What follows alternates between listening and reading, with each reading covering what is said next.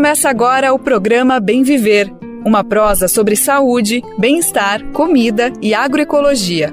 Produção Rádio Brasil de Fato. Olá, minha gente, hoje é segunda-feira, dia 6 de janeiro, hoje é dia de Reis. Hoje é o dia de Santo Rei. Ainda bem esquecido, mas é o dia da festa de Santo Rei. Está no ar o seu, o meu, nosso Bem Viver, o programa diário do Brasil de Fato que fala sobre agroecologia, comida saudável, meio ambiente, cultura popular, os temas que estão em destaque no nosso dia a dia. Eu sou Afonso Bezerra e vou te acompanhar pela próxima 1 hora. Escuta só os destaques da edição de hoje. Enchentes, seca, crise hídrica. Climatologista José Marengo faz um balanço das questões climáticas em 2024. Saiba o que os movimentos populares devem pautar na Cúpula dos Povos, evento paralelo à Conferência do Clima das Nações Unidas, que acontece no final do ano em Belém do Pará. Vamos falar de transporte público. 7 capitais começam 2025 com aumento de passagem. E conheça o tema do Janeiro Branco deste ano, ação que busca alertar sobre os cuidados com a saúde mental. Esses são alguns dos destaques de hoje, mas tem muito mais. O Bem Viver tá só começando. Você está ouvindo o programa Bem Viver, uma prosa sobre saúde, bem-estar, comida e agroecologia. Gente, pelo menos 7 capitais começaram o ano de 2025 com reajuste da passagem do transporte coletivo. Em São Paulo, por exemplo, o reajuste foi contestado por parlamentares judicialmente. Mesmo assim, o Tribunal de Justiça decidiu manter o aumento, que começa a valer a partir de hoje. A passagem vai sair dos atuais R$ 4,45 para R$ 5,00. Recife, Natal e Salvador são outras capitais que devem reajustar a tarifa. Vamos saber em detalhes agora quais são as cidades que vão aumentar a passagem e quais são os novos valores da tarifa. Os usuários de transportes públicos de 7 capitais brasileiras começaram o ano de 2025 com as tarifas dos transportes mais caras: Belo Horizonte, Florianópolis, Natal, Recife, Rio de Janeiro, Salvador e São Paulo. O aumento dos bilhetes já pesa no bolso dos passageiros de algumas cidades desde o fim de dezembro. Em Belo Horizonte, as tarifas de ônibus foram reajustadas. O valor da passagem das linhas curtas foi para R$ 2,75 e o das linhas convencionais foi para R$ 5,75. Em comunicado, a Prefeitura de Belo Horizonte justificou dizendo que o reajuste é necessário para a continuidade dos investimentos no transporte público e melhoria dos serviços. As 12 linhas que circulam nas vilas, nas periferias e favelas da capital continuarão gratuitas. Já a tarifa de ônibus em Florianópolis passou para R$ 5,75 para os usuários do cartão cidadão do Sistema Integrado de Mobilidade. Para os pagamentos em dinheiro ou QR Code, o valor é R$ 6,90, o que configura a passagem de ônibus mais cara do país. Em Natal, desde o domingo, dia 29, a tarifa de ônibus custa R$ 4,90. O reajuste foi aprovado pelo Conselho Municipal de Transporte e Mobilidade Urbana. Para as linhas de bairro, o preço inteiro do bilhete ficou em R$ 4,30. Em nota, o Conselho afirmou que, para a recomposição de 8,88% na tarifa, levou em consideração todos os insumos que compõem a planilha tarifária do sistema de transporte público de passageiros, como o preço do óleo diesel, pneu, lubrificante, salário dos motoristas, entre outros itens. As passagens de ônibus no Grande Recife também foram reajustadas.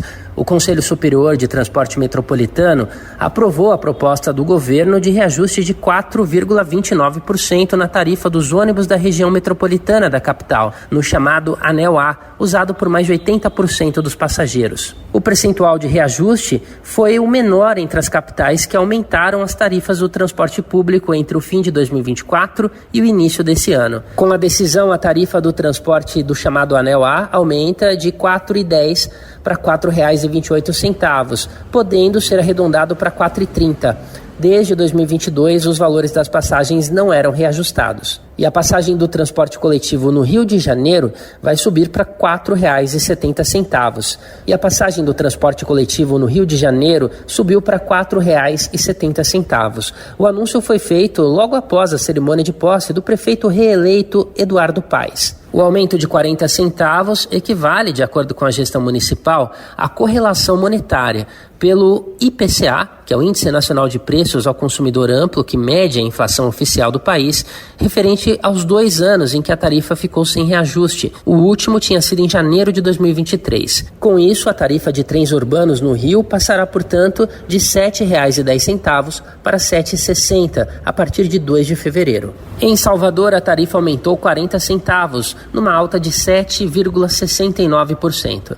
E a passagem subirá de R$ 5,20 para R$ 5,60 para os ônibus comuns e também para os ônibus do Subsistema Local Integrado de Transporte, conhecido por Amarelinho, e o BRT. Em comunicado, a Prefeitura de Salvador justifica que o novo valor é equivalente à inflação acumulada desde o último reajuste em novembro de 2023. E devido à integração do sistema de transportes, o passageiro que possuir o chamado Salvador Card pode usar até 3 dos modais e também o metrô, pagando apenas uma tarifa. Na capital paulista, a nova tarifa de ônibus municipais passou de R$ 4,40 para R$ 5,00, o que corresponde a uma alta de 13,6%.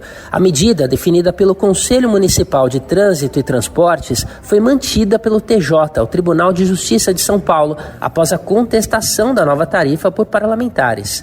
No entanto, a gratuidade das passagens de ônibus aos domingos e feriados continua na capital paulista. A lista completa, com os valores de outras cidades do país que sofreram reajuste no transporte público, está disponível na versão online dessa reportagem no site do Brasil de Fato. De São Paulo, da Rádio Brasil de Fato, com reportagem de Daniela Almeida, da Agência Brasil. Locução, Douglas Matos. O Brasil ainda enfrenta graves problemas. Um deles é o crescente número da população em situação de rua. Em um ano, ou seja, entre 2023 e 2024, houve um aumento de 25% no número de pessoas que estão em situação de rua no país. O Sudeste é a região que mais concentra essa população, com mais de 200 mil pessoas. Só para você ter uma ideia, 2024 registrou uma população em situação de rua 14 vezes maior do que em 2013. Os dados são do Observatório Brasileiro de Políticas Públicas para a População em Situação de Rua. O número de pessoas vivendo em situação de rua em todo o Brasil aumentou cerca de 25%. Se em dezembro de 2023 havia mais de 261.600 pessoas nesta condição, esse número chegou agora a 327.925 no fim do ano passado. A informação é do levantamento mais recente divulgado pelo Observatório Brasileiro de Políticas Públicas com a População em Situação de Rua, da Universidade Federal de Minas Gerais.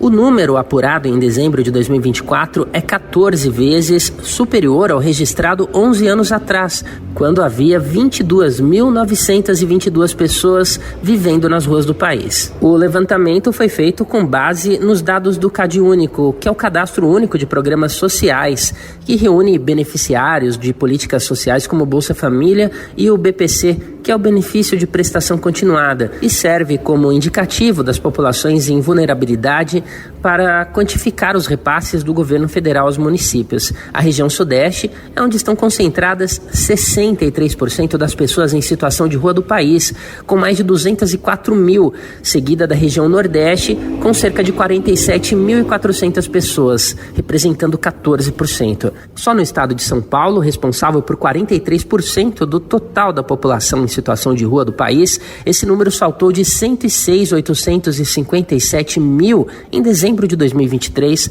para 139.799 pessoas em dezembro do ano passado. Essa quantidade é 12 vezes superior ao que foi observado em dezembro de 2013, quando eram 10.890. Em seguida, aparecem os estados do Rio de Janeiro, com mais de 30.800 pessoas, e Minas Gerais, com cerca de 30.200. O levantamento apontou ainda que 7 em cada 10 pessoas em situação de rua no país não terminaram o ensino fundamental e 11% se encontram em condição de analfabetismo, dificultando o acesso de pessoas às oportunidades de trabalho geradas nas capitais e nas cidades. Procurada pela Agência Brasil, a Secretaria Estadual de Desenvolvimento Social de São Paulo não forneceu dados sobre a quantidade de pessoas vivendo nas ruas do estado, mas informou que no ano passado, dos cerca de 240 milhões de reais do Fundo Estadual de Assistência Social destinados aos municípios, foram alocados pelas gestões municipais cerca de 156 milhões de reais em serviços de proteção social especial de média e alta complexidade. De São Paulo, da Rádio Brasil de Fato, com reportagem de Elane Patrícia Cruz, da Agência Brasil. Locução, Douglas Matos. Você está ouvindo o programa Bem Viver, uma prosa sobre saúde, bem-estar, comida e agroecologia. Agora um recadinho para você que gosta do Bem Viver e das produções do Brasil de Fato no rádio. O Bem Viver faz parte de uma rede incrível de parcerias que retransmite o programa por todo o Brasil. Já são quase 500 emissoras espalhadas pelo país que recebem e compartilham as nossas edições diárias. Pois é, e a boa notícia é que essa rede pode crescer ainda mais. É exatamente isso. E se você faz parte de uma rádio e quer se juntar a essa parceria, preste atenção, é muito simples. É só se cadastrar no nosso site, radiobrasildefato.com.br. Eu vou repetir, tá bom? Você acessa lá, radiobrasildefato.com.br. Quando chegar nessa página, você vai lá na parte superior e clica em como ser uma rádio parceira. E pronto, tá feita a parceria.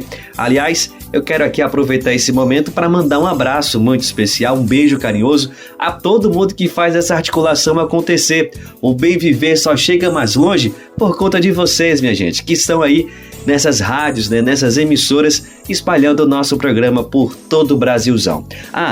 Não vale esquecer também, que além de sintonizar nas rádios, você também pode ouvir o Bem Viver nas plataformas de podcast. Pois é, dá para acompanhar aí no seu ritmo, a qualquer hora, lavando prato, na academia, dando aquela corridinha, enfim. No transporte público, é só acessar o site do Brasil de Fato ou procurar o programa lá no Spotify, no Deezer, no iTunes e Google Podcasts. Gente, agora eu vou chamar o meu amigo Lucas Weber. Ele gravou uma entrevista com o climatologista José Marengo. O papo foi sobre um balanço a respeito das questões climáticas em 2024. Muita coisa, hein? Será que esse nível aí de ocorrências extremas, como as enchentes no Rio Grande do Sul, as secas no norte do país, era previsto pela ciência? E o que podemos esperar de 2025, minha gente, na questão climática?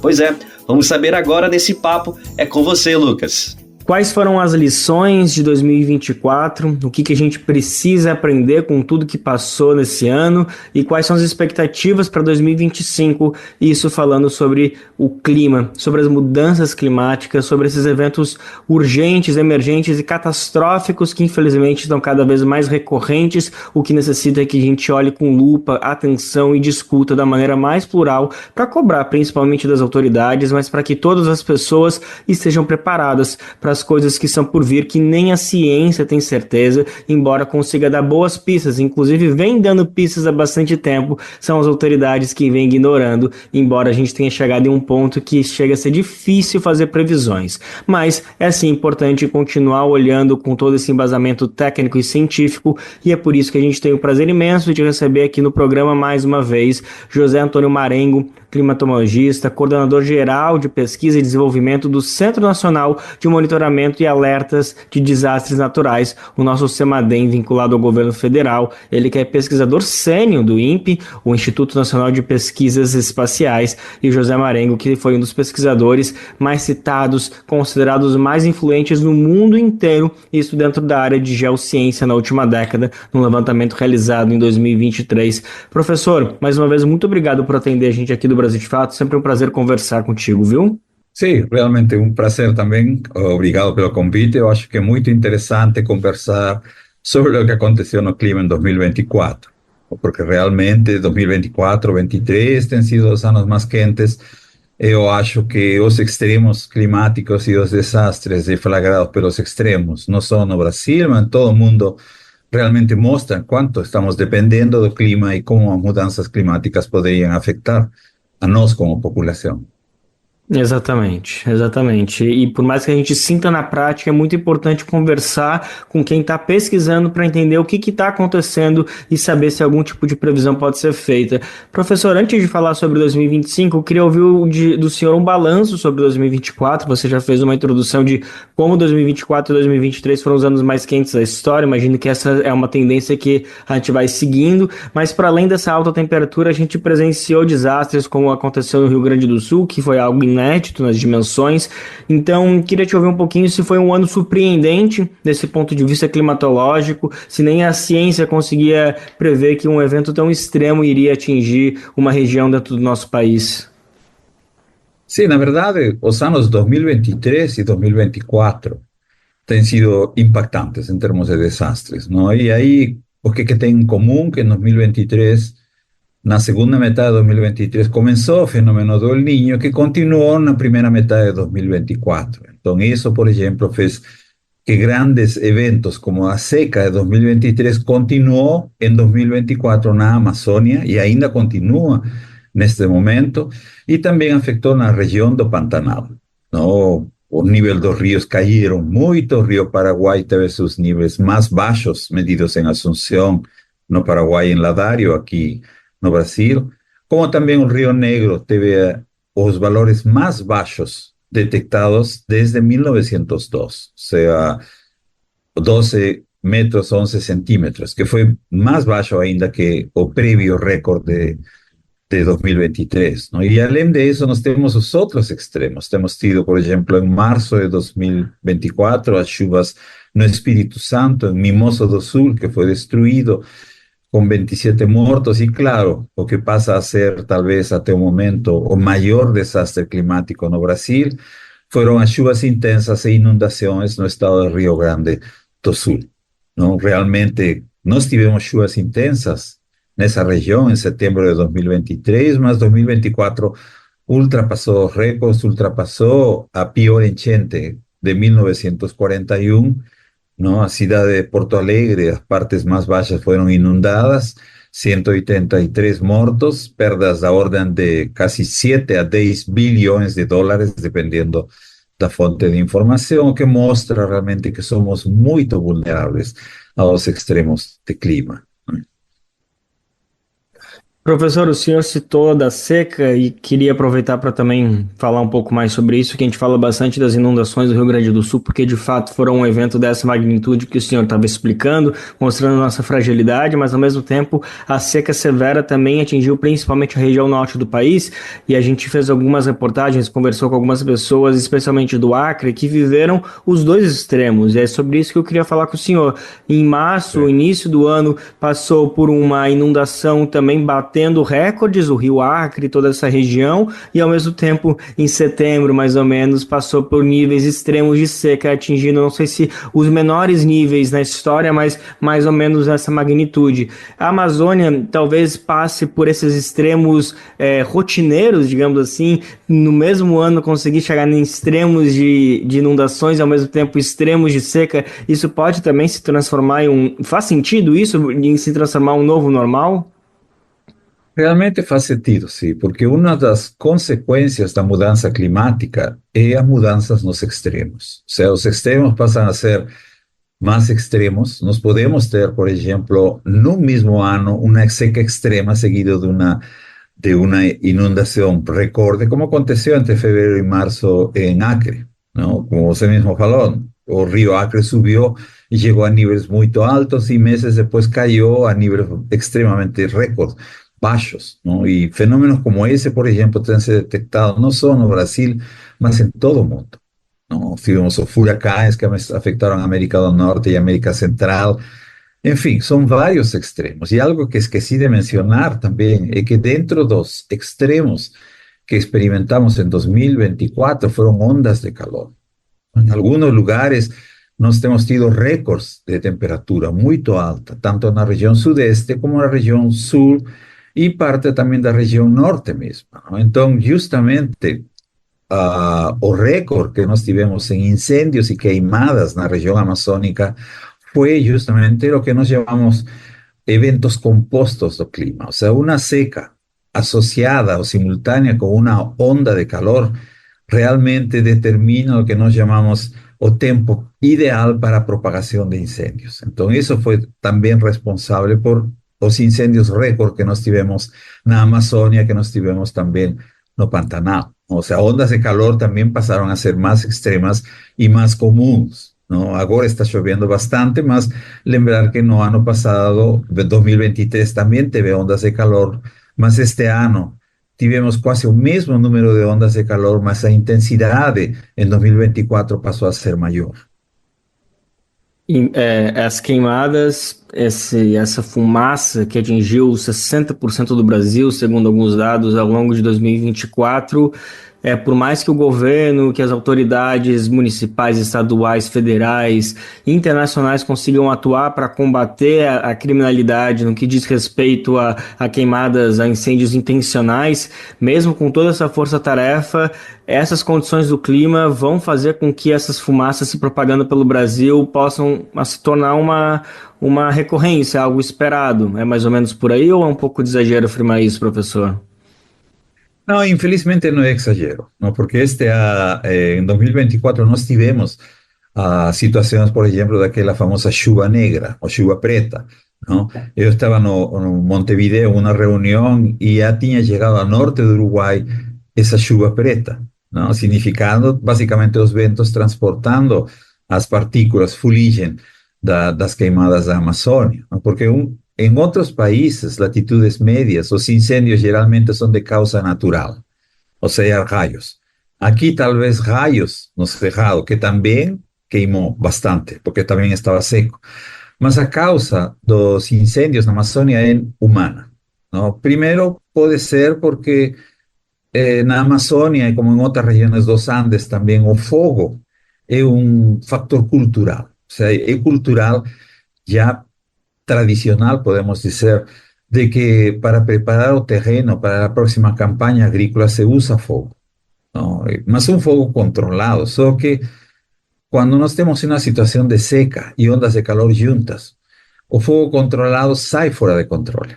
Entonces a pessoa puede estar queimando su fazenda y preparar, mas ese incendio con la secura do ar, secura do ambiente, se propaga, ¿no? Se propaga muito más y cuando desmatamento acontece, muitas vezes toda essa matéria fica acumulada por anos e essa matéria acumulada fica como combustível e queima rapidamente. Ou seja, podemos dizer basicamente de que sim, as ações humanas estão afetando essa frequência de incêndios e aí que precisa, de certa forma, a lei, o IBAMA precisa de mais fiscais, ter uma política de zero fogo, cosa que es muy difícil, mas que debería ser implantada, y también preparar as municipalidades, los municipios, los estados, con cuerpos de bomberos. O sea, como en California, no Canadá, existen cuerpos de bomberos permanentes, bomberos florestales, que están 24 horas por día, 12 meses por año trabajando.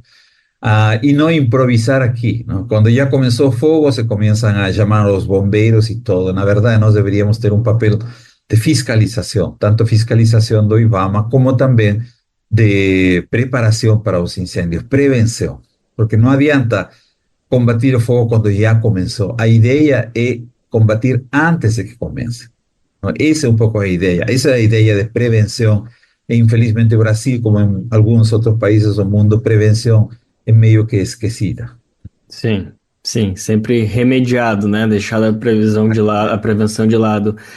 Professor, só para complementar ainda a pergunta que eu fiz, que eu acho que a gente pode destrinchar um pouquinho mais sobre isso, porque esse ano, assim como ano passado, o governo federal conseguiu trazer dados substanciais, positivos sobre o combate ao desmatamento na Amazônia, né? Algo que há muito tempo não acontecia, né? Nas duas últimas gestões federais, a gente teve só uma perda de vegetação acelerada no que diz respeito principalmente à Amazônia, e agora nessa retomada do governo Lula, mais uma vez com Marina Silva à frente do ministério, mais uma vez os números do desmatamento começaram a cair, claro, muito longe do desmatamento zero ambicionado, mas mas os números estão caindo no Cerrado mais vagarosamente, estão começando a reduzir aí os últimos números, mas mesmo assim, com esses resultados positivos, que a princípio deveriam ser bons ares, a gente viu 2024 com esse caos climático no que diz respeito às queimadas.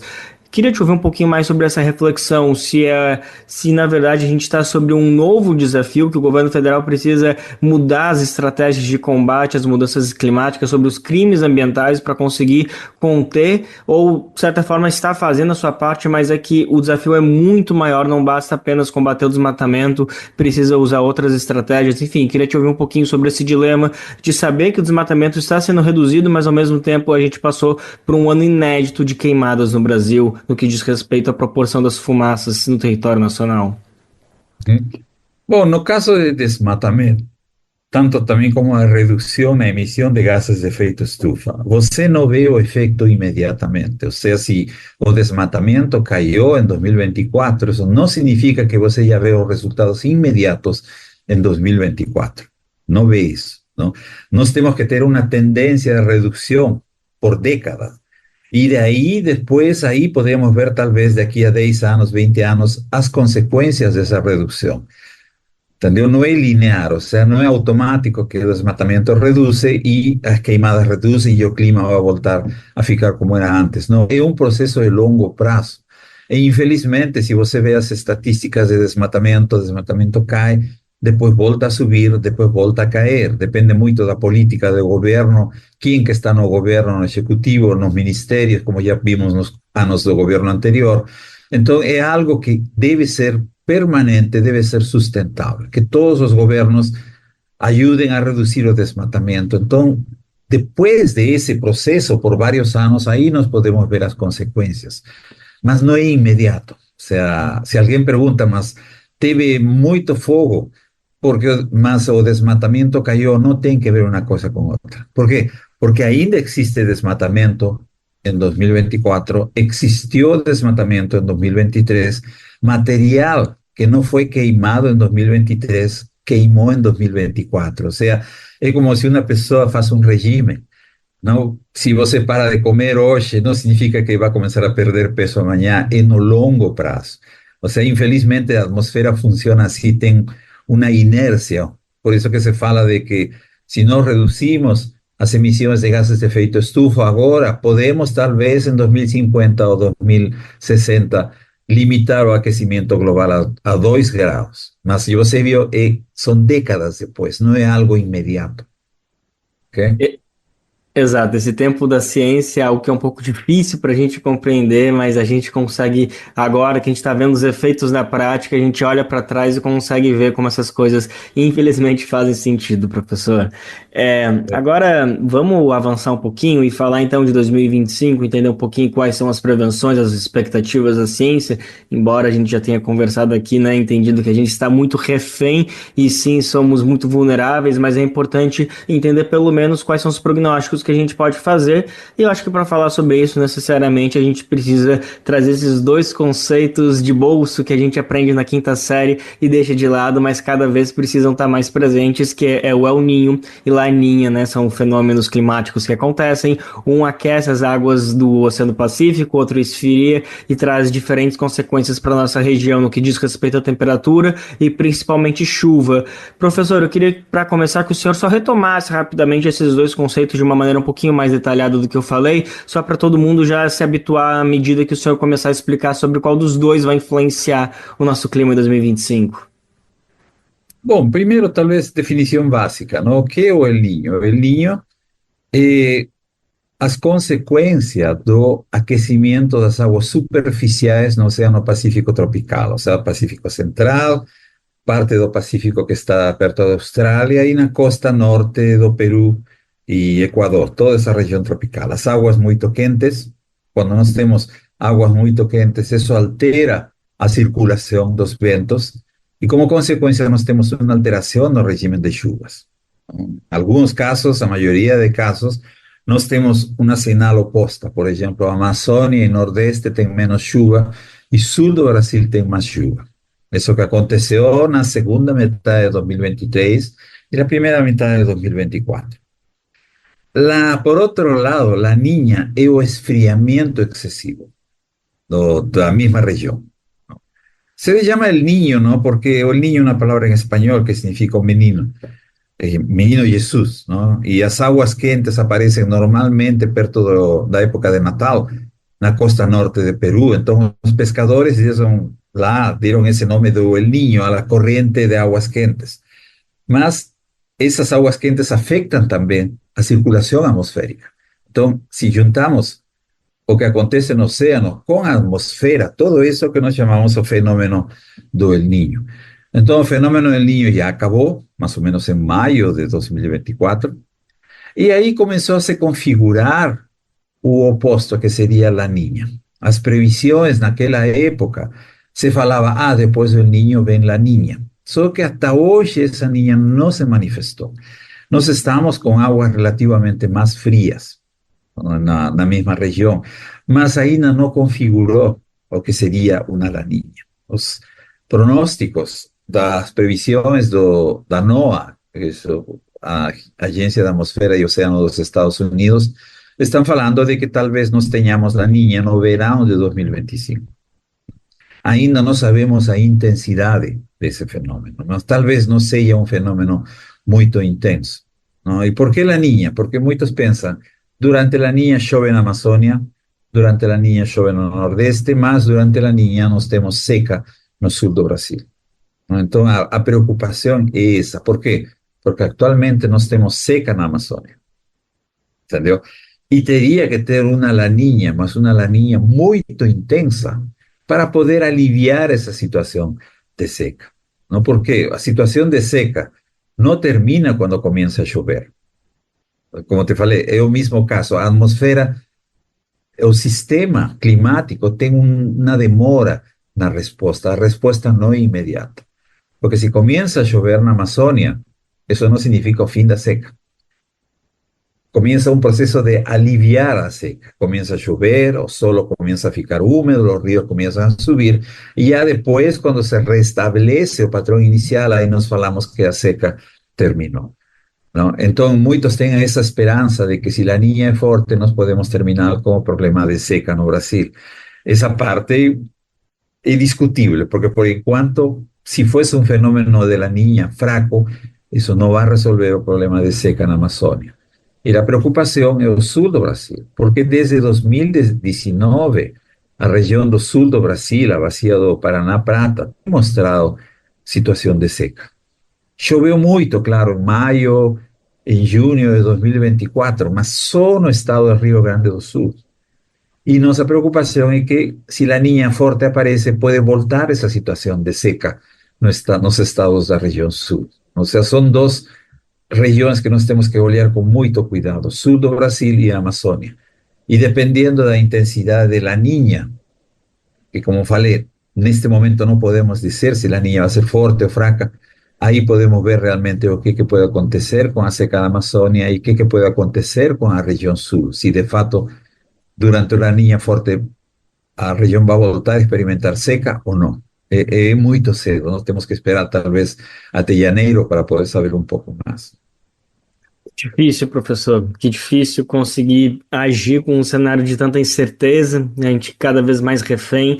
E aí, perante isso, para fechar nossa entrevista, eu gostaria de ouvir um pouquinho do senhor de o que a gente precisa cobrar das nossas autoridades, que a gente sabe que tem um histórico, né, de como o senhor estava comentando, né, de não fazer a prevenção e sim a remediação. E isso a gente não fala só do governo federal, porque a gente sabe que existe muita responsabilidade dos próprios municípios em fazer ali a gestão, por exemplo, do plano diretor, do que pode e o que não pode, de evitar que construções aconteçam em locais possivelmente de perigo, que agora são de altamente perigo, quando a gente fala de encostas por conta da chuva, ou leito de rio por conta de enchentes, enfim. Então a gente sabe que é uma responsabilidade compartilhada por todos os entes federais do nosso país. Então, diante disso, eu gostaria de uma resposta sua sobre o que a gente precisa cobrar, para depois também falar um pouquinho mais sobre o que a gente não pode cobrar, no sentido de o quanto, na verdade, a gente precisa entender que a gente vai ter que se adaptar a eventos extremos de alguma medida. Claro, não estou dizendo para a gente achar normal enchentes que levam vidas de pessoas, mas entender que, infelizmente, isso vai acontecer. Mas antes de falar um pouco sobre isso, quero entender um pouco mais a parte prática de como a gente precisa olhar para os entes federais, entre governo do estado federal e do nosso município, e como cobrar deles o que a gente precisa esperar dessas autoridades.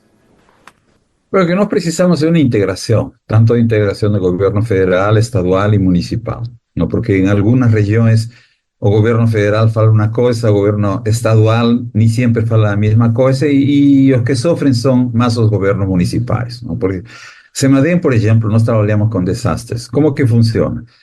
A gente não faz previsão de tempo, a gente faz previsão de alerta de risco de desastres. O sea, CEMADEM não diz vai chover tanto. Na verdade diz, mas o que nos importa, ya que nós não somos um serviço meteorológico, é fazer um alerta de risco, por exemplo, de uma enxurrada, de uma inundação ou de um deslizamento de terra, ¿no? Então, como que passa? Essa informação do governo federal é repassada para a Defesa Civil Central repassa para a Defesa Civil do Estado, e do Estado repassa para os municípios onde se declarou a emergência. Ou seja, é uma corrente aí.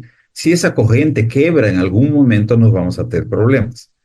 No sentido, por exemplo, lo que aconteceu em San Sebastián em 2023, em fevereiro, isso foi previsto, a alerta foi prevista. O que faltou um pouco foi essa, digamos, essa conexão entre a Defesa Civil e as Defesas Civis municipais, ¿no? Como também aconteceu em Rio Grande do Sul. Desde o dia 30, por exemplo, 30 de abril, CEMADEM já tinha emitido as alertas de risco de desastres e veja o que aconteceu depois em maio 1, 2, 3, 4 e 5. 5 foi quando o Lago Guaíba alcançou 5,35 metros e inundou a cidade. Não falta um pouco essa conexão, mas isso não é somente aqui no Brasil. Se você se lembra do que aconteceu em outubro, em Valência, na Espanha, foi a mesma coisa. As pessoas foram alertadas quando a água já tinha invadido a cidade, ¿no? O serviço meteorológico tinha previsto as chuvas, mas não tinha uma agência que prevesse as inundações consequência dessas chuvas. E isso foi o que deixou irritadíssimos a população de Valência, que até o momento estão reclamando e pedindo a destituição do governador, ¿no? Porque não informaram nada. Então, isso aqui não é prevenção, em outros países também, ¿no? Mas o que sim é importante é essa integração. Mas para ter uma integração, nós temos que ter essa percepção de risco, essa percepção de que o clima está mudando, e muitas vezes os tomadores de decisão não têm essa percepção. Prefeitos muitas vezes não acreditam em mudanças climáticas, não acreditam em nada disso. Outros têm essa história, outros não conhecem, ¿no? Como você falou, por exemplo, em Petrópolis e também em Recife, e dos desastres, construções irregulares ou regulares em áreas de risco. Isso é o primeiro que devemos evitar, não construir em áreas de risco, entendeu? Mas é melhor não construir em áreas de risco que ter uma área de risco destruída e a população migrando de uma região para outra. ¿No? Como aconteceu em San Sebastián, as pessoas foram evacuadas e levadas para morar em Guarujá. E a população não gostou de Guarujá, porque eles têm toda a sua cultura, amizades, igrejas, negócios em San Sebastián. Então, não é coisa de tirar a população de um município para outro e resolver o problema, não se resolve assim.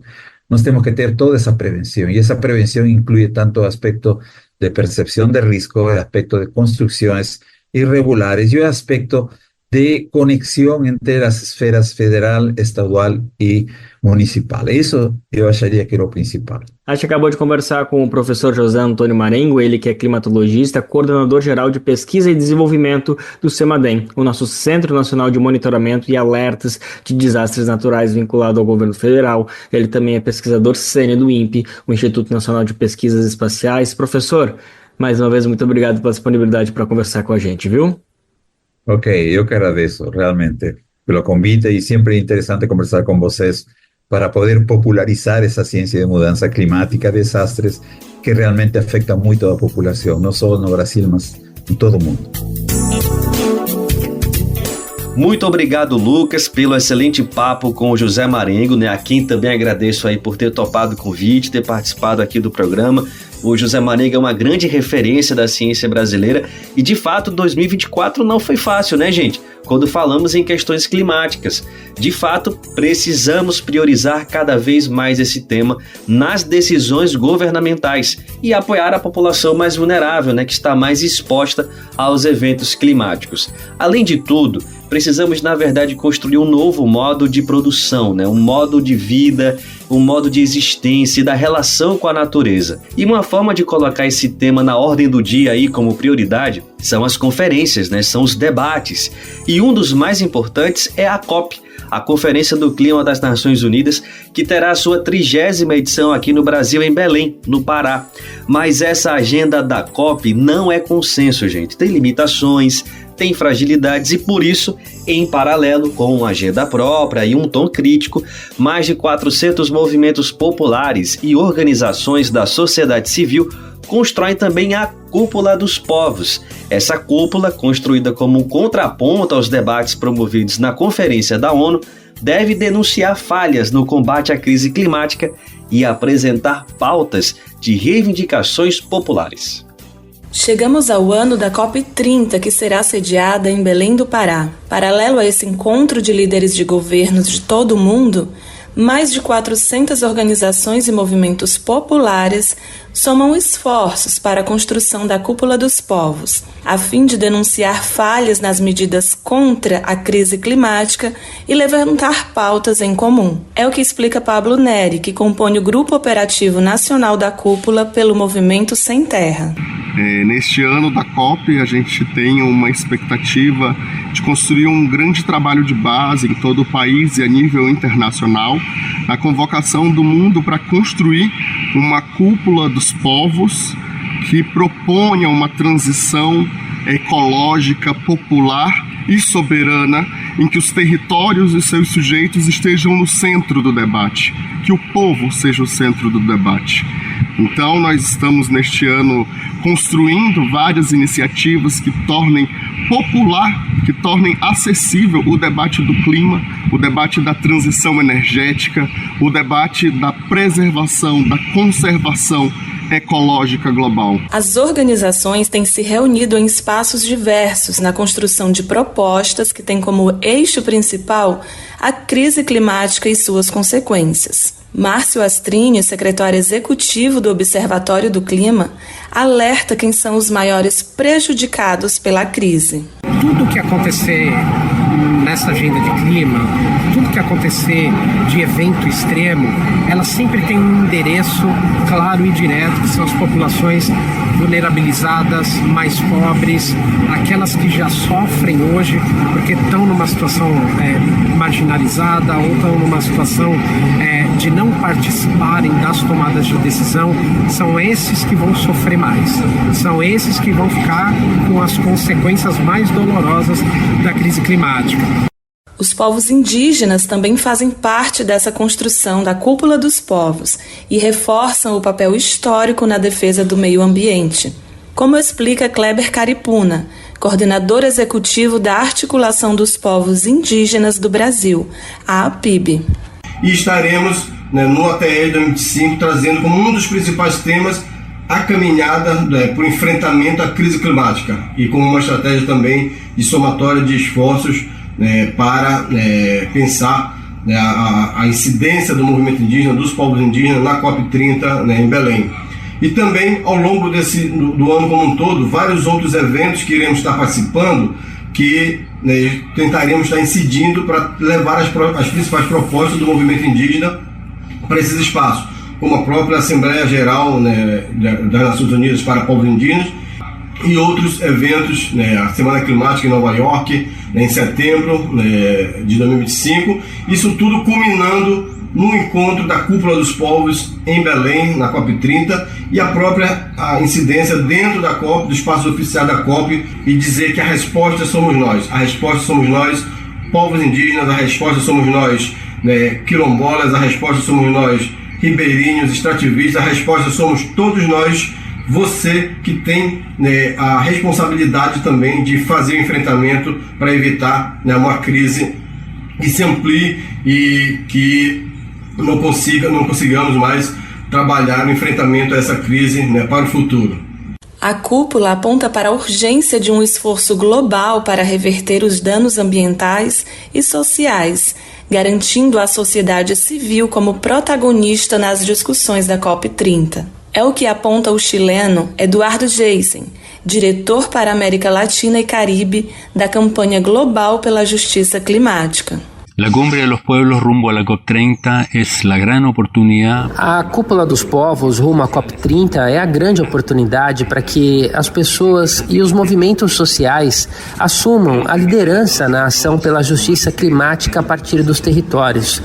E queremos convidar a todos a aderirem a esse amplo processo de convergência social que envolverá todas as regiões do mundo e todos os setores sociais, não apenas as organizações socioambientais e de justiça climática, as mulheres, as diversidades, as crianças, os jovens, os indígenas, povos, aos trabalhadores, os camponeses, os movimentos urbanos, para todos se juntarem à Cúpula dos Povos rumo à COP30. A sumarse a la Cumbre de los Pueblos hacia la COP30. Do Pará para a Rádio Brasil de Fato, Mariana Castro. Se liga na dica de saúde do Brasil de Fato para você. Olá, meu nome é Kalil Marinho, eu falo de São Paulo, eu sou fisioterapeuta pediátrica e hoje eu vim conversar com vocês sobre algo simples, mas que talvez não esteja na rotina de todo mundo. Você sabia que ler para as crianças é uma atividade que traz muitos benefícios? E que também a gente não precisa esperar que a criança saiba ler para iniciar esse hábito com ela? Isso mesmo, o bebê que ainda não nasceu já se beneficia de quando alguém lê para ele bem pertinho da barriga da mãe. Nesse momento ele já começa a reconhecer a voz de quem lê para ele. E para as crianças maiores, mas que ainda não sabem ler ou até mesmo reconhecer letras ou palavras, o momento da leitura estimula a imaginação e a criatividade, além de trabalhar o foco, a atenção e a memória. E, claro, aumenta o vocabulário. Presta atenção na expressão das crianças quando elas estão ouvindo uma história. Elas vão demonstrar curiosidade, medo, surpresa, alegria. Isso porque, nesse momento, elas estão aprendendo a lidar com as próprias emoções. E, por último, mas talvez o mais importante, o momento da leitura aumenta muito o vínculo de quem lê com a criança. Então, colocar esse hábito na rotina da sua casa vai fazer muito bem para as crianças, mas também para os adultos. Até mais! Você está ouvindo o programa Bem Viver, uma prosa sobre saúde, bem-estar, comida e agroecologia. E agora a gente compartilha um recado de toda a equipe do Brasil de Fato. É que a gente precisa da sua colaboração para continuar produzindo os conteúdos de qualidade com todo o rigor jornalístico que você já conhece e confia. O nosso trabalho é e sempre será trazer a visão popular dos fatos, tanto no Brasil quanto no mundo. E você pode ajudar através do nosso Apoia-se, contribuindo com o valor que puder, que estiver ao seu alcance. Assim você se junta a quem luta contra a desinformação e constrói um futuro melhor para todos e todas. E aí, bora nessa? Bora ajudar o Brasil de Fato? É fácil. Acesse apoia-se/Brasil de Fato. O link também está na descrição desse episódio nas plataformas de podcast. Estamos contando com você nessa ajuda, tá bom? Bora falar de alimento que é saúde? Na edição de hoje vamos conhecer a história e as potencialidades do urucum, mencionado na carta de Pero Vaz de Caminha ao rei de Portugal como a verdadeira mina do Brasil. O urucum é um fruto originário das Américas Central e Sul e é utilizado milenarmente pelos povos indígenas para a pintura corporal durante rituais sagrados. Além dessa referência ancestral, o urucum também é usado como corante na culinária e na medicina brasileira, além de ser uma importante fonte de renda para agricultores familiares. A nossa repórter Mariana Castro foi conhecer alguns desses trabalhadores que cultivam e fazem com que a tradição do urucum permaneça viva. Te aproxega, vivente. Comece agora, o Alimento é Saúde.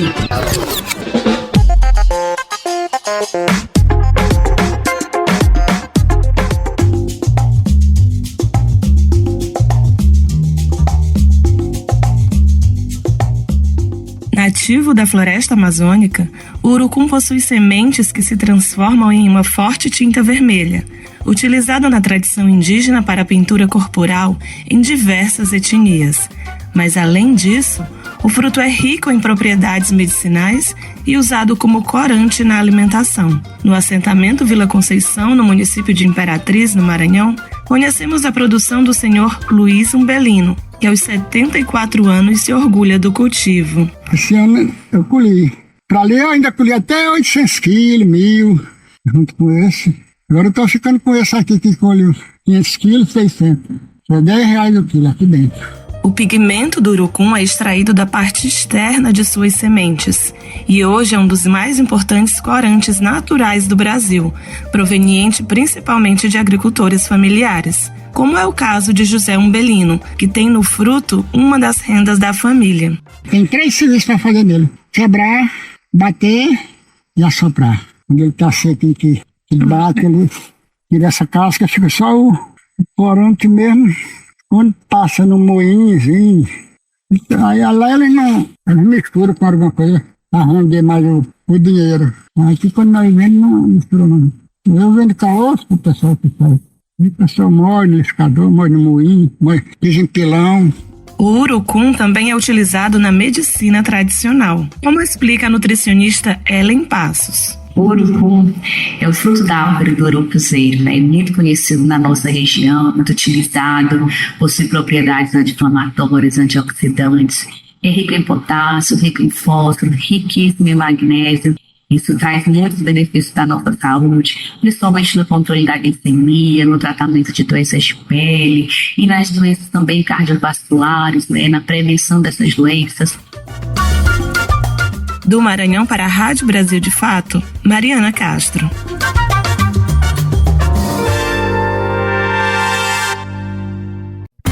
Brasil de Fato, uma visão popular do Brasil e do mundo. Leia e ouça as informações que mais interessam no seu dia. Política, economia, direitos humanos, cotidiano, saúde e cultura, tratados com pluralidade e diversidade.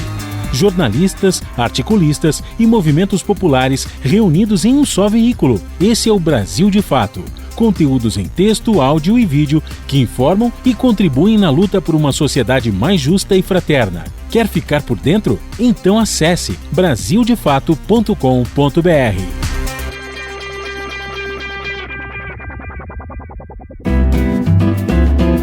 Você está ouvindo o programa Bem Viver, uma prosa sobre saúde, bem-estar, comida e agroecologia.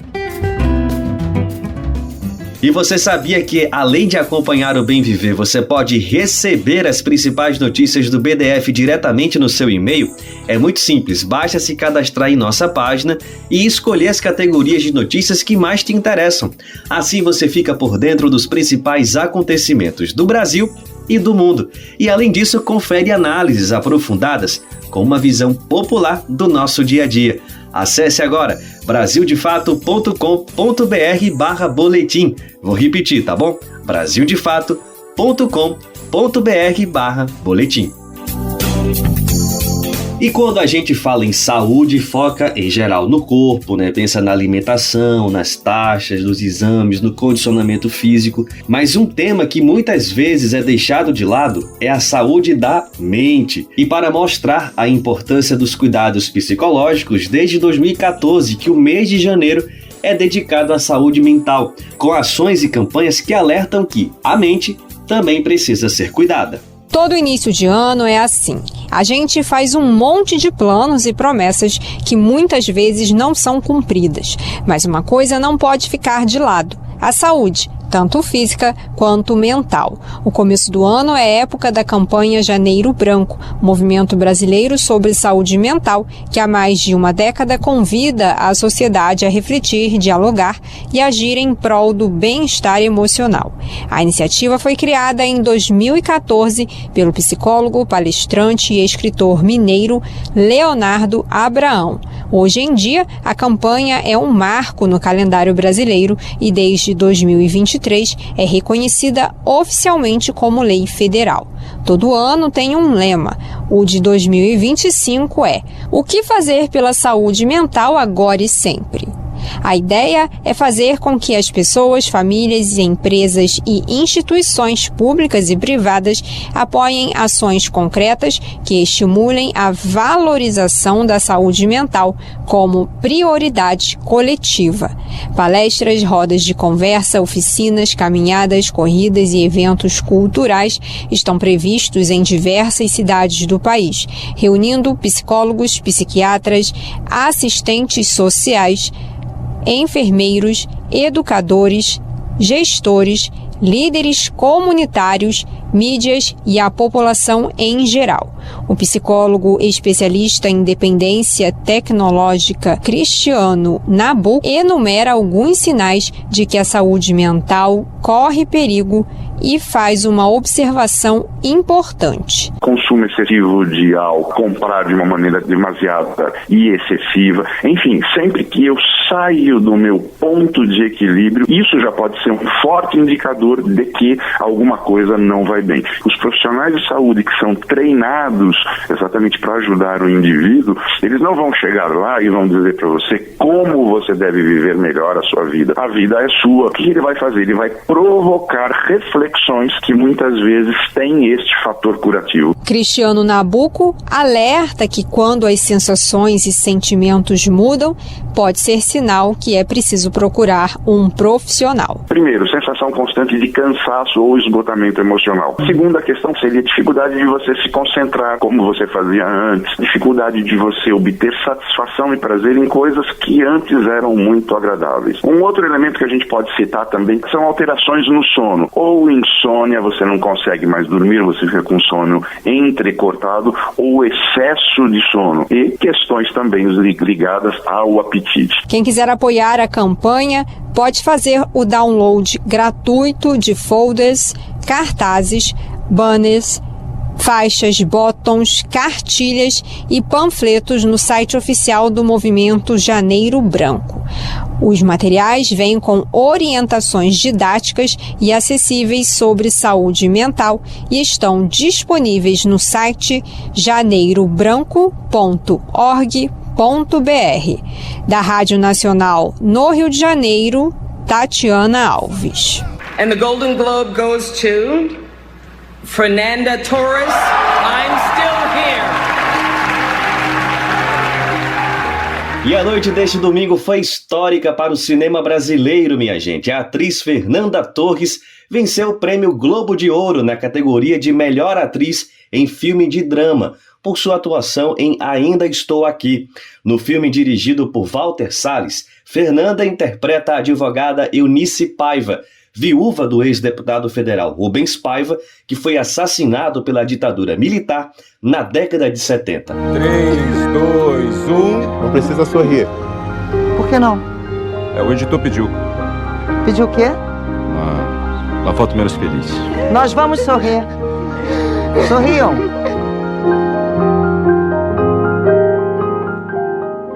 Female performances. So many actresses here that I admire so much. A solenidade aconteceu em Los Angeles, nos Estados Unidos. No discurso, a atriz se disse surpresa com o resultado, ressaltou a forte presença feminina na premiação e agradeceu ao diretor do filme, Walter Salles. Fernanda dedicou o prêmio à mãe, a atriz Fernanda Montenegro. Em 1999, ela esteve no mesmo palco da filha, recebendo o prêmio de melhor filme estrangeiro para Central do Brasil, uma das obras clássicas do cinema brasileiro e também dirigida por Walter Salles. Ainda Estou Aqui disputou o prêmio na categoria de melhor filme estrangeiro, mas não levou o troféu. Este ano o Globo de Ouro ficou com a produção francesa Emília Pérez. E é com essa notícia incrível para o cinema e a cultura brasileira que a gente encerra o Bem Viver de hoje. Muito importante que um filme que preserva a memória do que aconteceu durante a ditadura militar saia consagrado internacionalmente em um prêmio como o Globo de Ouro. Começando a semana com boas notícias. Thank you very much. Thank you.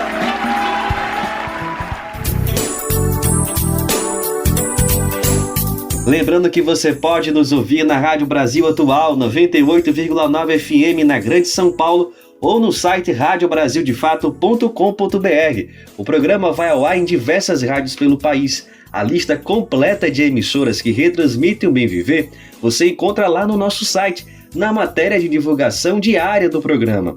E eu quero aproveitar aqui novamente para agradecer a todos esses veículos que estão com a gente nessa parceria. É bom lembrar também que o Bem Viver fica disponível como podcast no Spotify, Deezer, iTunes e Google Podcasts.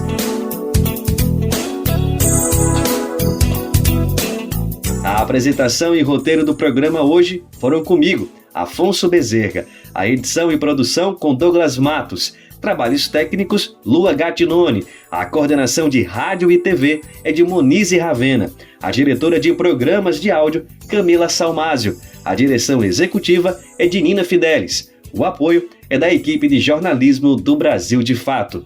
Muito obrigado pela audiência, um bom início de semana e até amanhã. Você ouviu o programa Bem Viver, uma prosa sobre saúde, bem-estar, comida e agroecologia. Produção Rádio Brasil de Fato.